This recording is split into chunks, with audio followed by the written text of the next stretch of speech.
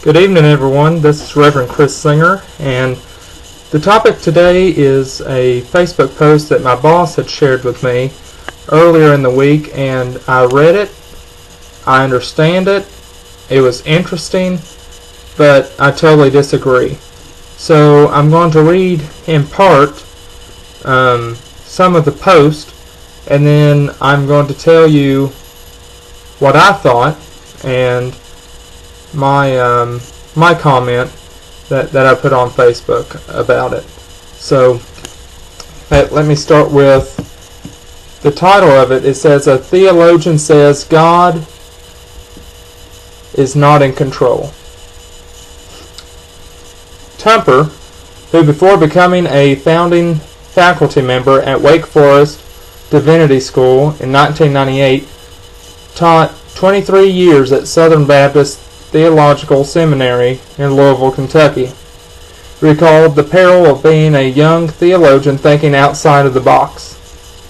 And I quote, "I must admit that to challenge the traditional understanding of providence in my personal context, teaching in a Baptist seminary meant that I was going to experience significant oppression," he said. The two leading lines for interpreting providence was, "Well, we do not understand why this had happened," or "This is some sense the will of God and we must accept it. I rejected both of those ideas." End quote.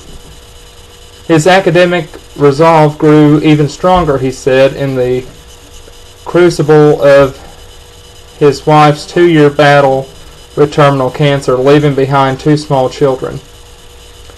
Betty Tupper's experience of suffering with cancer and dying and the enormous impact that it had on our family gave me the courage to say, I'm going to write and interpret providence in a way that is consistent with my understanding and my faith, and I'm going to accept the challenges and oppression that I experience, Tupper said. Tupper's study and experience led him to reject platitudes on suffering such as God is in control, or everything happens for a reason. I quote, "I do not believe that God is in control of everything that happens in our world," he said. "Indeed, I would argue that God controls very, very little of what happens in our world." He explains God's hand in life events as self-elimination in the context of personal relationship. All the relationships I know anything about, parents and children, husbands and wives, you have to limit yourself in order to have a positive relationship to the other and to both receive and invest in the other, he said. So when I speak of the self-elimination of God, I mean that God was created or has created space between God's self and human persons so that we can experience in that personal relationship the affirmation of love and the affirmation of the radical freedom that God has given to us. Tupper said he affirms the sovereignty of God, but not the sovereignty of control. The sovereignty of God is the sovereignty of God's love, he said. Instead of a monarchical model that views God as a king in absolute control, he offers a parental model of God working in the world in which the parent does everything possible for the benefit and the good of the parent's children. The God that we know in Jesus Christ always does the most that God can do in the cultural and historical and realistic circumstances within which humans experience crisis, suffering, pain, and death. Tupper said, God is not simply an observer, but God does everything that God can do using the resources, that context, to effect the most positive outcome that God can do.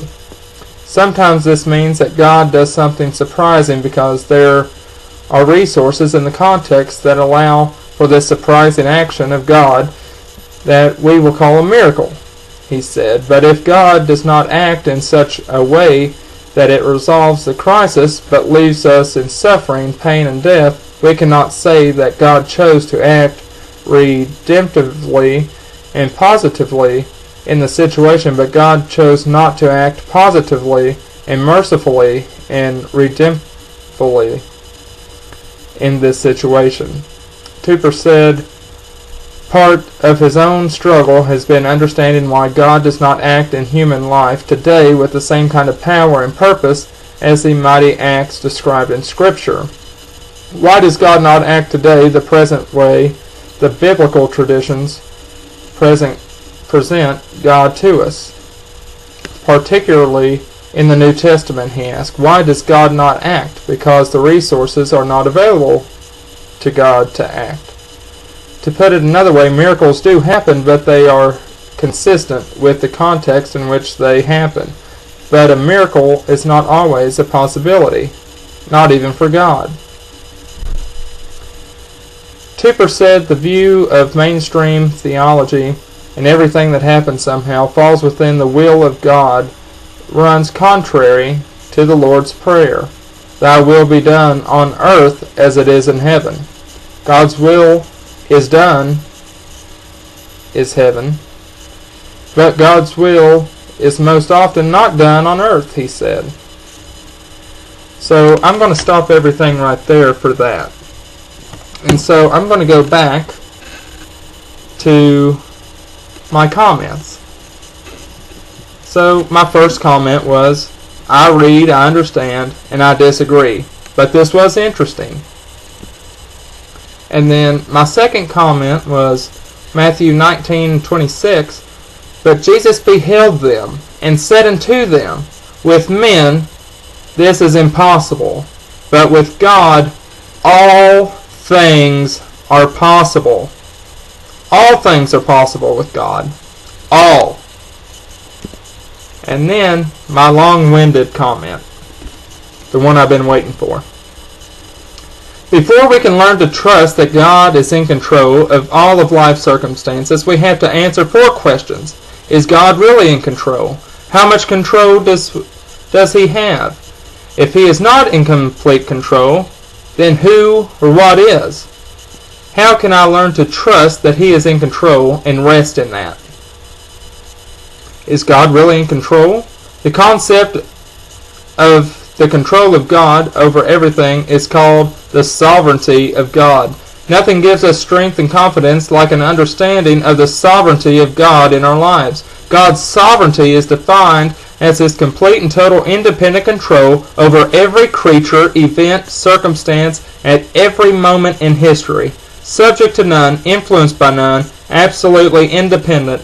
God does what he pleases, only as he pleases, always as he pleases. God is in complete control of every molecule in the universe at every moment, and everything that happens is either caused or allowed by him for his own perfect purposes. The Lord of hosts has sworn, saying, Surely I have thought, so it shall come to pass, and I have purposed, so it shall stand. Isaiah 14:24. Nothing is random or comes by chance, especially not in the lives of believers. He purposed it. That means to deliberately resolve to do something. God has resolved to do what he will do, and nothing and no one stands in his way. I make known the end from the beginning, from ancient times, what is still to come. I say my purpose will stand, and I will do all that I please. Isaiah 46:10. This is our powerful, purposeful God who is in control of everything. That should bring us great comfort and help to alleviate our fears. But exactly how much control does God have? God's total sovereignty over all creation directly contradicts the philosophy of open theism, which states that God doesn't know what's going to happen in the future any more than we do. So he has to constantly be changing his plans and reacting to the sinful creatures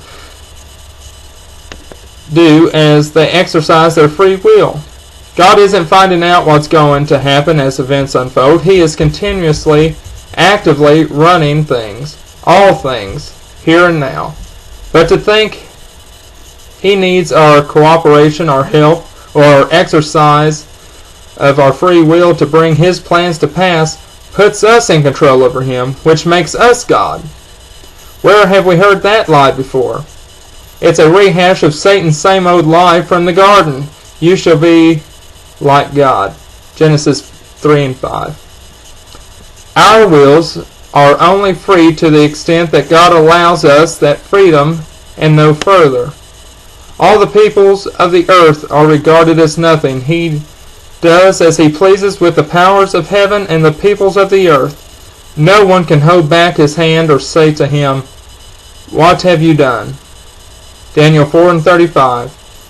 No one's free will trumps the sovereignty of God. Some people find it appealing to think that Satan has control over a certain amount of life, that God is constantly revising his plans to accommodate Satan's tricks. The book of Job is a clear illustration of just who has the sovereign power and who doesn't. Satan came to God and, in effect, said, "Job only serves you because you protect him." So God gave Satan permission to do certain things to Job, but no more. Job 1, 6 through 22. Could Satan do more than that? No. God is in control over Satan and his demons who try to thwart God's plans at every step. Satan knew from the Old Testament that God's plan was for Jesus to come to earth, be betrayed, crucified, resurrected, and provide salvation for millions. And if there was a way to keep that from happening, Satan would have done that. If just one of the hundreds of prophecies about the Messiah could have been caused by Satan to fail to come to pass, the whole thing would have collapsed. But the numbers of independent free will decisions made by thousands of people were designed by God to bring his plan to pass in exactly the way he had planned it from the beginning, and Satan couldn't do a thing about it. Jesus was delivered by the determined purpose and foreknowledge of God. Acts 2 and 23. No action by the Romans, the Pharisees, Judas, or anyone else kept God's plan from unfolding exactly the way he purposed it from before the foundation of the world. Ephesians 1 says, "We were chosen in him before the world was even created." We were in the mind of God to be saved by faith in Christ. That means God knit together Satan's rebellion, Adam and Eve's sin, the fall of the human race, and the death and crucifixion of Christ. All seemingly terrible events to save us before he created us. Here is a perfect example of God working all things together for good. Romans 8 and 28. Unlimited in power. Unrivaled in majesty. And not thwarted by anything outside himself. Our God is in complete control of all circumstances, causing or allowing them for his own good purposes and plans to be fulfilled exactly as he has forever ordained. Finally, the only way to trust in God's sovereign control and rest in it is to know God, know his attributes, know what he has done in the past, and this builds confidence in him. Daniel 11:32 says, "The people who know their God shall be strong and carry out great exploits." Imagine that kind of power in the hands of an evil, unjust God, or a God that really doesn't care about us. But we can rejoice in our God's sovereignty because it is overshadowed by his goodness, his love, his mercy, his compassion, his faithfulness, and his holiness. But we can't trust someone we don't know, and there is only one way to know God, through his word. There is no magic formula to make us spiritual giants overnight, no mystical prayer to pray 3 times a day to mature us, build our faith, and make us towers of strength and confidence. There is only one Bible, the single source of power that will change our lives from the inside out. But it takes effort, diligent, everyday effort to know the God who controls everything. If we drink deeply of his word and let it fill our minds and hearts, the sovereignty of God will become clear to us, and we will rejoice in it because we will know immediately and trust completely the God who controls all things for His perfect purpose. Now folks, I sort of messed up a little bit here and there, but this is only my second video on YouTube here, and that was my first stint, so please be with me in prayer. Pray for me. Pray for this new ministry I have going on YouTube and on Facebook. And may God bless you all. May He be with you. And tell all of your families and friends to subscribe. There's going to be a lot more to come. A lot of better things coming. I just wanted to share that with you real quick. Got off work and about ready to go to bed, but may you all be blessed. And please like, comment, share, do whatever you may. But may the power of God be with you. May He richly bless you. And I pray for peace, wisdom, knowledge, and understanding for all of you. God bless, and good night.